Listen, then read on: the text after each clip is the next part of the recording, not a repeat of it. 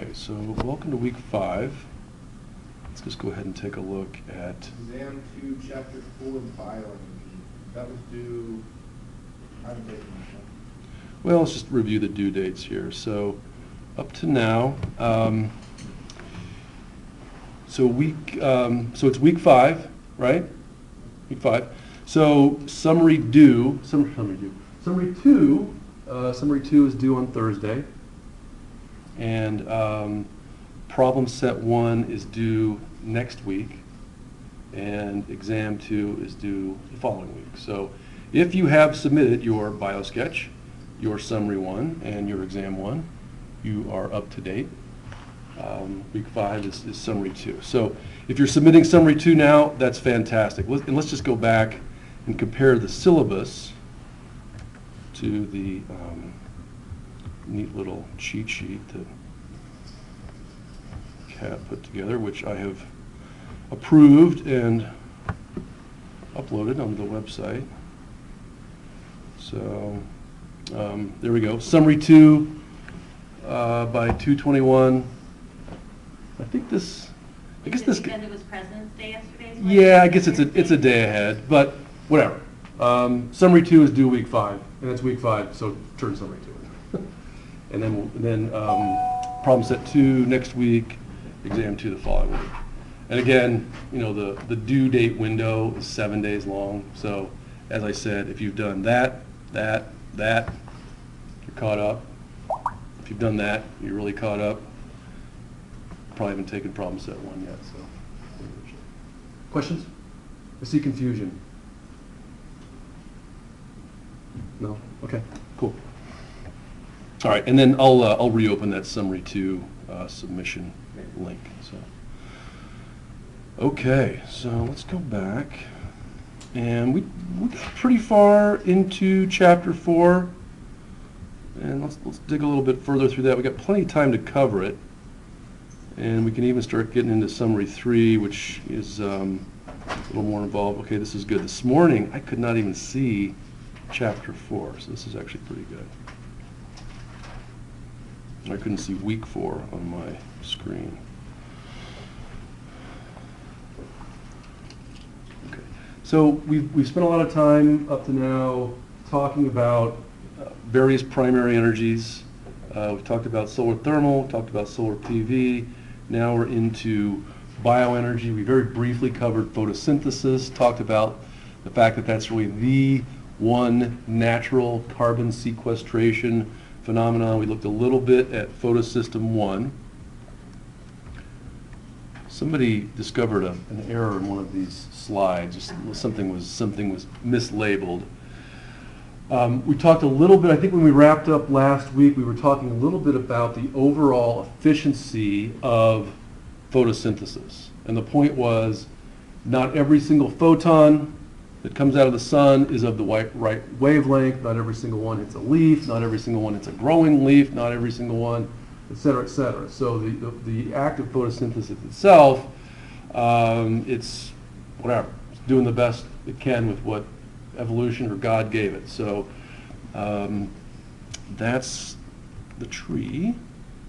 We also did a neat little review of the global biomass budget, and I think what you'll find is this matches the Shramsky paper quite well, you know, and usually to within, gosh, let's say 20%. So, you know, thinking back to some of the quantitative things that I ask you to do in this class, I typically say 3 significant digits is enough, and so, you know, when you look at this number, okay, so there's a couple zeros there. That means there are 2 significant figures there, 1 and 8. 4 billion, well, there's 1 significant digit. Maybe there's 5, maybe there's 3, but we're, whatever, 95% confident it's, you know, less than 5 and more than 3. That's how to look at these numbers. And so as we move into the problem sets, I'm also asking that you never go beyond 3 significant digits unless the problem asks for it, and that will not happen in this course. So you'll notice every single one of these numbers, this is the most accurate one right there. Of all those numbers, The 502 is the most confident.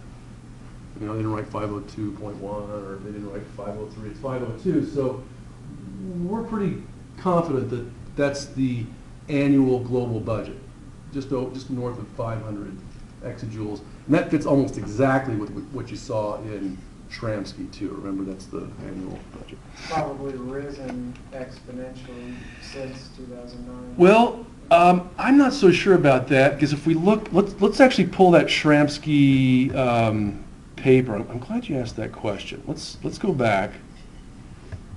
So I know since 2009 there have been plenty of reforms or in action to reduce needless consumption. Well, let's just look. I think there's a figure.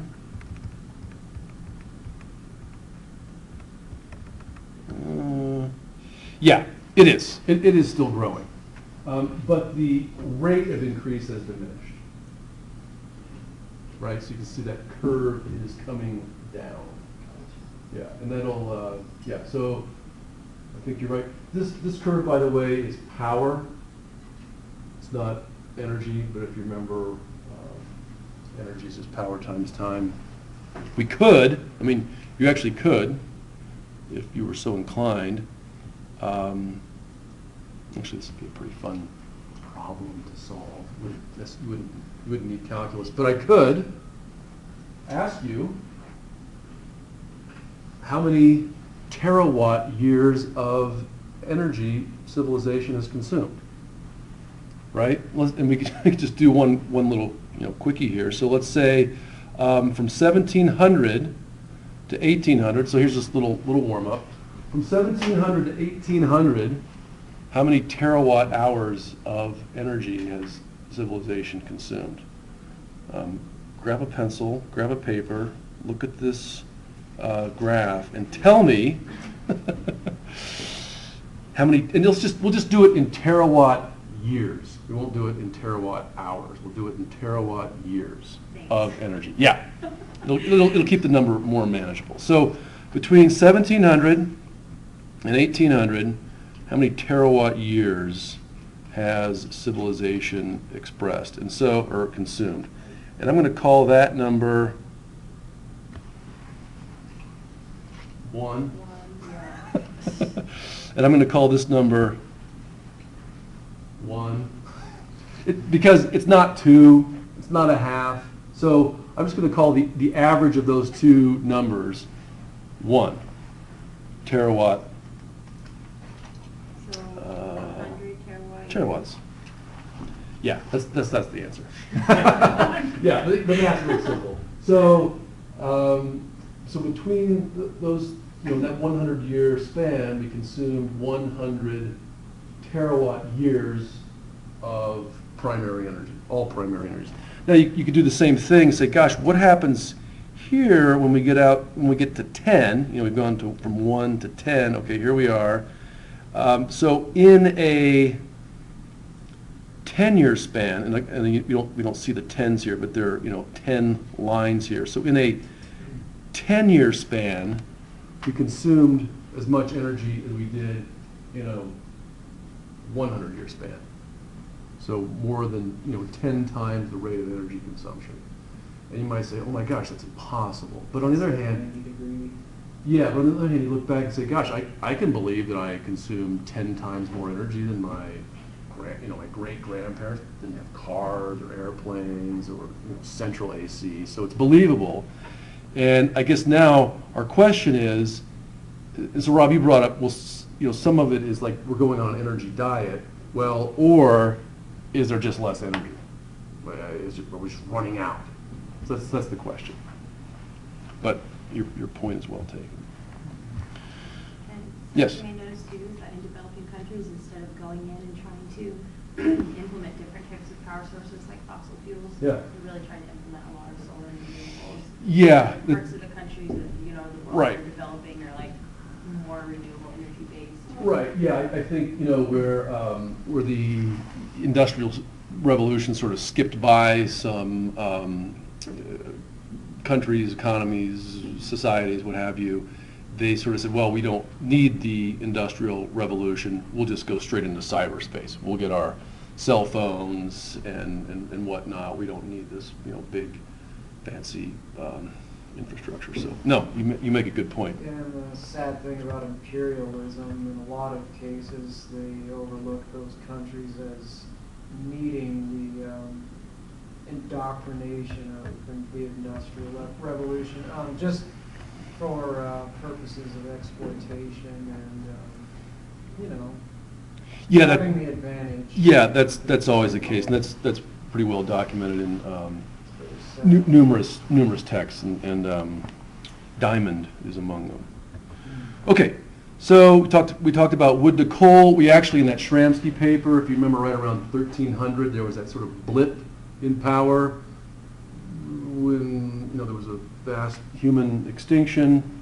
Not extinction, but I guess local extinction. A lot of people died in Europe, and so we sort of went, and the forests actually recovered during that period. Okay, here, and we covered this a little bit. We talked about the chemistry of photosynthesis. So right there we see CO2 as the one of the inputs, along with water. Light energy comes in and basically starts building life from sugar. There it is. That then becomes starches, cellulose, etc. And lucky for us, oxygen is a waste product.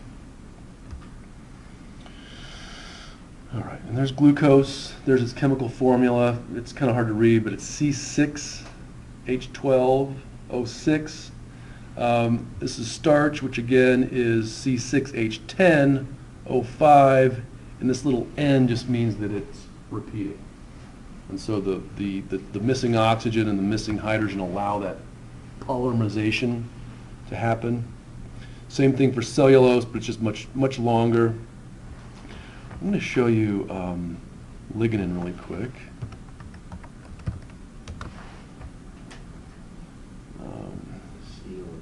Yeah, you could call it the steel of the plant world. It's it has no. It's a very complex structure, and it's not even clear that this is the structure per se. But as we see, everything on here, all of these little rings are built from that original glucose, that six-sided sugar that's originally manufactured. Some of it ends up here, as you mentioned, perhaps as the steel or the backbone of the plant. So lots of bonds. I mean, you actually have this entire structure right here, which is an internal molecular structure. If we sort of trace this through, this guy really branches off. There's another almost loop, not quite. So there's lots of places for this lignin molecule to sort of stick and bind, and as you mentioned, perhaps a glue per se. Lipids, these are the fats that mainly form the molecular structure of individual cell walls. And kind of early on, when people were looking for algae as carbon neutral fuel sources, it's the lipids that they're going after in terms of actually burning it. So it's a fat, if you will. We talked a little bit about enzymes. It's also important to note in biofuels, there's always this a little bit of sulfur component. Where does that sulfur come from?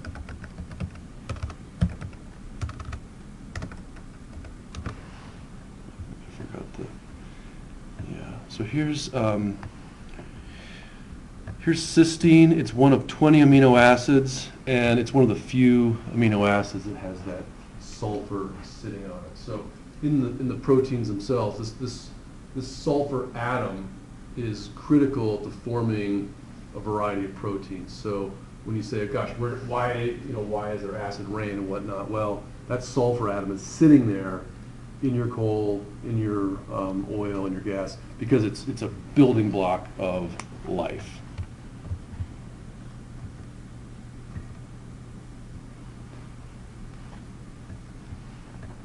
so that's just a little bit of biochemistry to say where, how these things, these different categories of biomolecule flow through biofuels.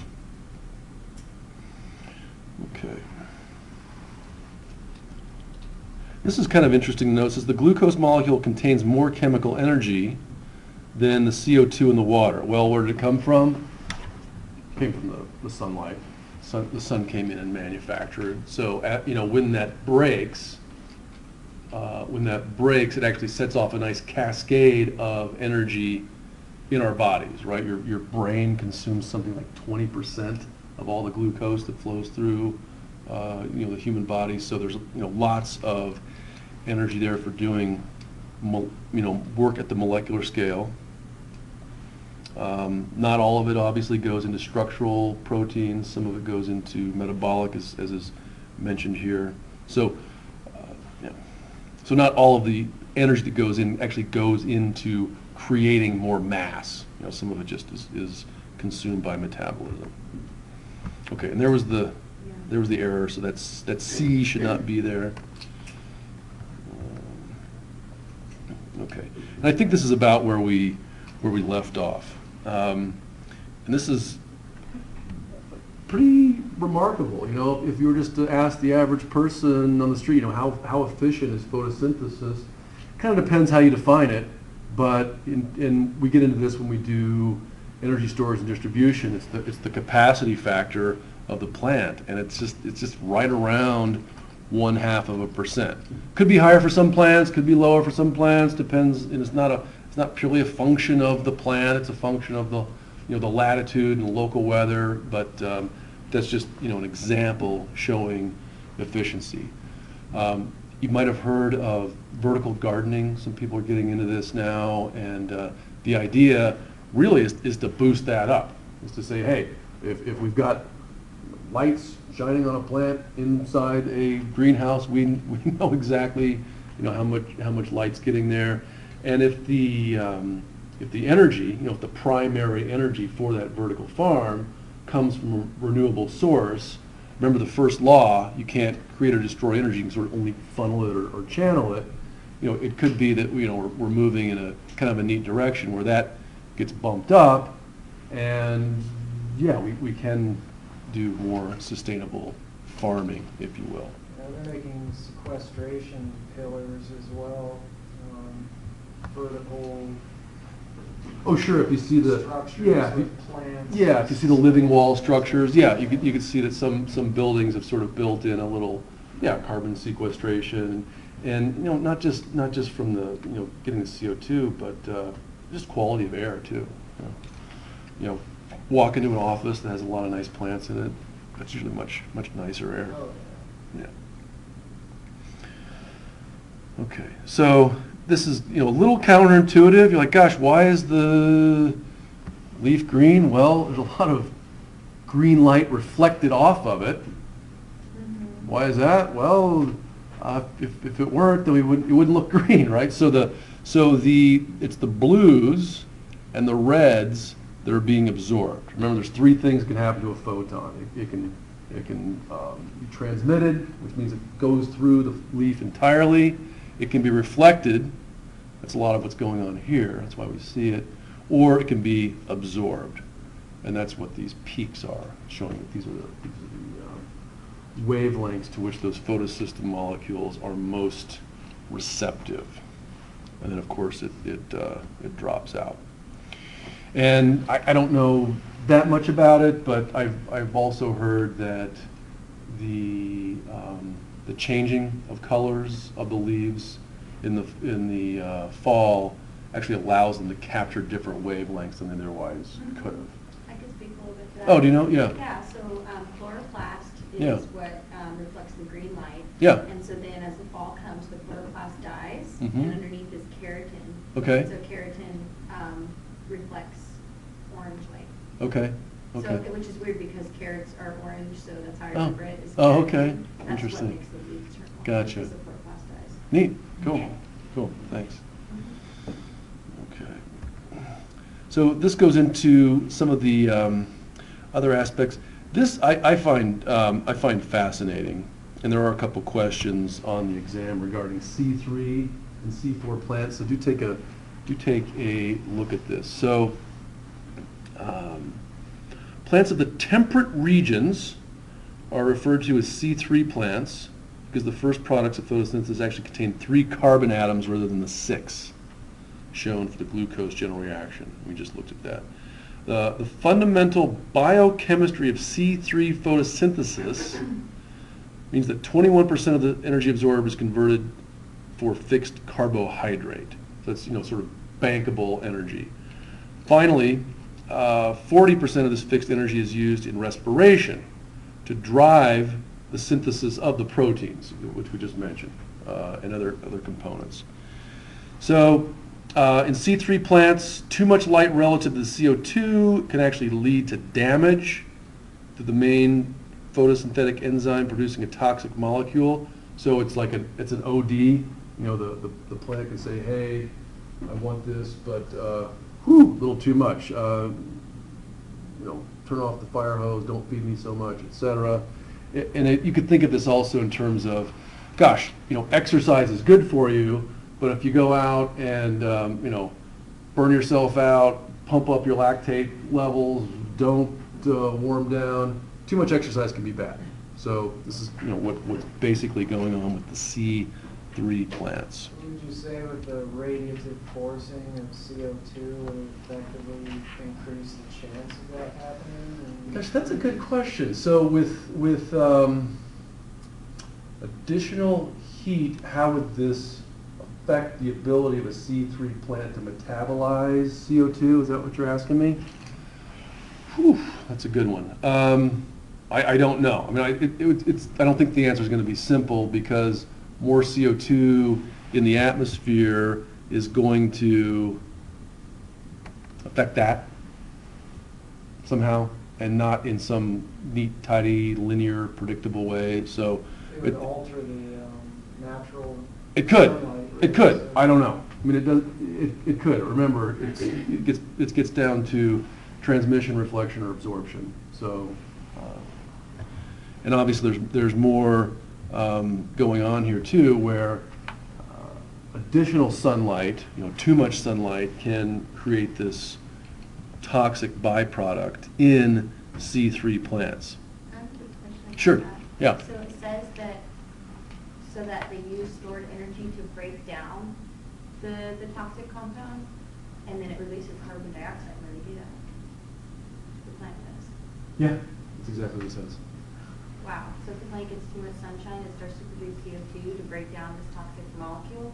Yeah. Oh, man. Well, yeah. I just didn't know that. Well, And that's no. just a not particular type of plant, C3 plant? C3 plants. Which is just like, I don't know.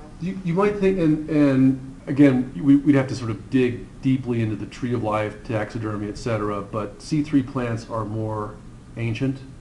They evolved prior to C4 plants. You can think of them as, well, I mean, go check out like the Tree of Life project, for example. It just basically maps the genomes of all currently plant sequenced species, organisms, yeah. and you can sort of see, hey, there was one first Mhm. C4 plant, and it was successful, and now we see a lot of them. But Yeah, so like the C3 plants they basically can still use that molecule to produce energy, it's just that it's much less efficient. Okay, yeah, so it's kind Yeah. of like how you saying like lactic acid. you could think of, hormones. it's two different metabolic Yeah. pathways in the Yeah. same way. You might think of it as the plant going anaerobic, maybe, not exactly, but Yeah. sort of similar analogy to our own metabolism. Yeah. Yeah, sure. Okay, now it says the fundamental efficiency of C4 plants, and what we're talking about now are maize, sugarcane, miscanthus. These are grasses. If I had to guess, I'd say probably bamboo is probably in the same category. They produce a 4-carbon molecule, C4, pretty simple, as the first product of photosynthesis.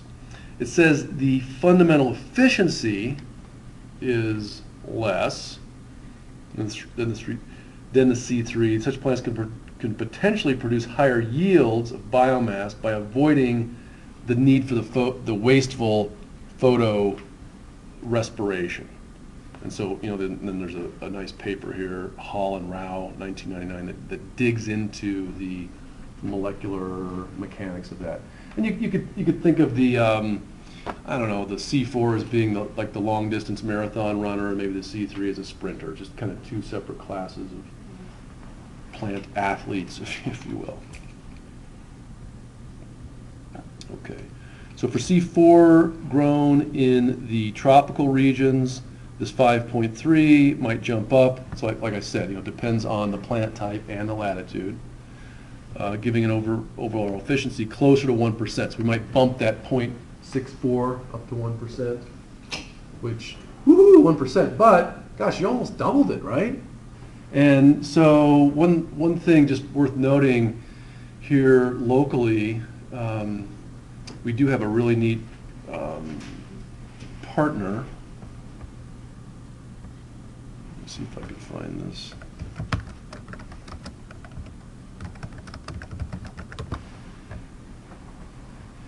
So this company is right here in town.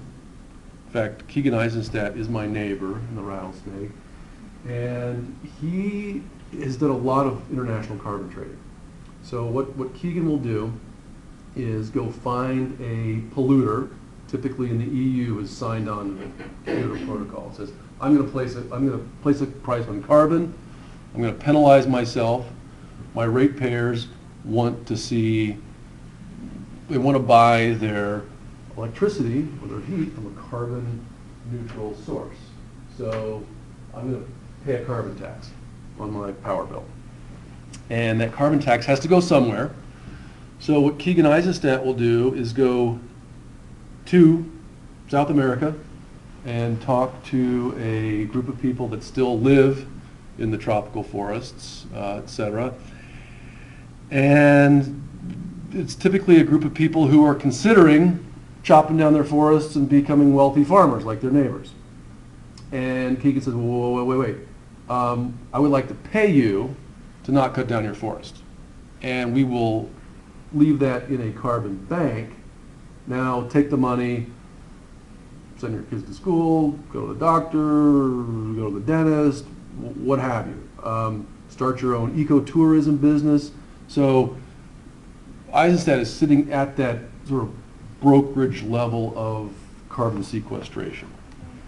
So that's happening here, and they would say, hey, what plant am I going to stick in the ground? So you have to know the local agriculture or traditions and things like that, something that would become sustainable forestry or what have you. So that's, and up to this point, Eisenstadt has been a little bit confounded to work with carbon sequestration companies in Montana because trees just don't grow as fast. I mean, the sequestration rate of a tree in the tropics, 5 to 10 times greater than what you see here in the Northwest. What we're trying to do right now is work with Steve Running's data, and in fact on Thursday I bumped into a scientist who is basically working on decision theory for the Forest Service. So he'll look at satellite data, okay, that burned last year, that burned the year before, what did the forest look like in the years prior to igniting? Can we do some predictive forestry? So now all of a sudden Eisenstadt says, whoa, it's not, hey, we're going to turn the forest of South America into a carbon sink. We're actually going to take the forests of Montana and make sure they don't become a carbon source. It's a little tricky because you don't know exactly, who's going to throw their cigarette butt out the window, or whose muffler's going to be dragging, or where the lightning's going to strike, or a spark coming off an avalanche. But you can make some predictions as to where that next forest fire might come and say, okay, Mr. Forester, Mr. Logger, go back to work, get the wood out of the forest, and let's do something other than watch it burn in the summer. So that's where this whole carbon economy, in my mind, is going in Montana. Yeah. Have you heard about the joint resolution that they're trying to pass? That's all about opening up the wilderness study areas for timber. Oh. Yeah. Is it part of the? It's called HJ, or yeah. Is it part of the? Joint resolution number 9. Is it federal or state? It's state, but the guy wants to go beyond Montana too. Oh, okay. It's gonna be a good template for other states. Yeah, I guess I'd like to hear more about that, because I Yeah, know you that, should read it. It's really interesting wording. yes, I know that Governor Bullock signed on to the 2014 Farm Bill and basically said he's going to look at 5 million acres for remediation, and there's a lot of foresters too saying, hey, let's be a little more progressive about tending to the forests. So, Mhm. yeah. Well, yeah, if you wouldn't mind, I'd love to take a look at it. Totally, yeah. Yeah. Okay, so what we're doing when we talk about bioenergy or biofuels specifically, and this is something that every firefighter learns probably in the first week of class, but in order for something to burn, you need some kind of fuel. And this is the simplest of the hydrocarbons. That's just CH4, but anything with carbon, hydrogen, and oxygen will burn at sufficient temperature in the presence of oxygen. So it's that photosynthesis reaction. So in reverse, carbon dioxide comes off, water, and there's that energy coming back. So that solar energy that went into making those bonds comes back. Now, it comes back in a couple different forms. Actually, 3 forms. It comes back, and we discussed this a little bit when we talked about heat transfer, but it comes back as photons. Light comes back out. It comes back as phonons. Phonons are just vibration modes in molecules. So they're hot, they're wiggling. And it comes back as convective energy as well. I don't have a fancy word for convective energy, but when a fire burns, it makes wind. It causes a draft. So when you see energy there, you're like, okay, I know what energy is. It's light, it's vibration, and it's molecules moving. It's all 3. It's all 3 of those modes. There's no nuclear. You might call the wind that's made, maybe there's a little bit of kinetic there, but it's part of it comes out as radiation, and part of it comes out as macro scale mechanical, the convection, and some of it comes out as nanoscale mechanical vibration. So those are the 3 types of energy that come out. Would you say it's chemical then too? Well, I would say that you sort of lose this chemistry. I mean, the energy in it's still chemical. Yeah, I mean, CO2 and H2O are still chemicals, but their energy is lower. If we went and looked up like the Gibbs free energy of these 4 molecular species, methane, oxygen, CO2, and water, the Gibbs energy over here is going to be less. This is sort of traveling downstream, and if we looked at the entropy, it's going to be more. So, we started out with relative order, and we went to relative disorder.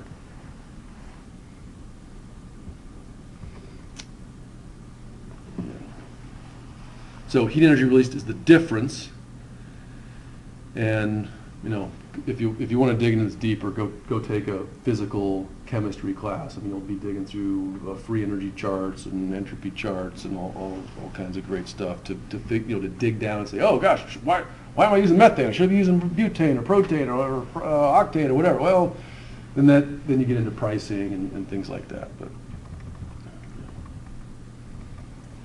And competition for which is the most efficient or readily available. absolutely, yeah. So this comes up to, I know this is on an exam somewhere, either 101 or 102, but what the authors are doing is just taking you through a little stoichiometry exercise. And so carbon has a molecular weight of 12. Hydrogen, of course, has a molecular weight of 1. So what we're looking at is 12 plus 4 times 1. So methane has an atomic weight of 16. 12 in the carbon, 4 in the hydrogen. Oxygen itself has a molecular weight of 16. Diatomic oxygen has a molecular weight of 32. But it takes 2 diatomic oxygen molecules to burn 1 methane molecule. So we're looking at 32, so this is 64. So these two diatomic oxygen molecules have a molecular weight of 64. Here are the combustion projects. There's carbon again with its 12. There's a pair of oxygens. There's your 32. What are we looking at there? 44, right? So 12 plus 32 is 44. And here's your water. So there's your pair of hydrogens, your single oxygen, and then you double the whole thing. So we're looking at 2 times 1 is 2, plus 16 is 18. 18 times 2 is 36. So, and we just did that like at the atomic, at the molecular scale. But it scales right up to our scale, right? Because a oxygen molecule is an oxygen molecule, and a methane is a methane. So if we were to burn, they just made the numbers convenient.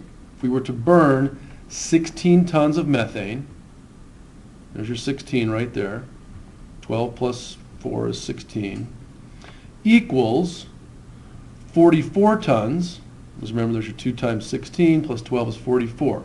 So for every 16 tons of methane, you get 44 tons of CO2. Where'd the extra, 28 tons come from? Well, came from the oxygen. Went right in there.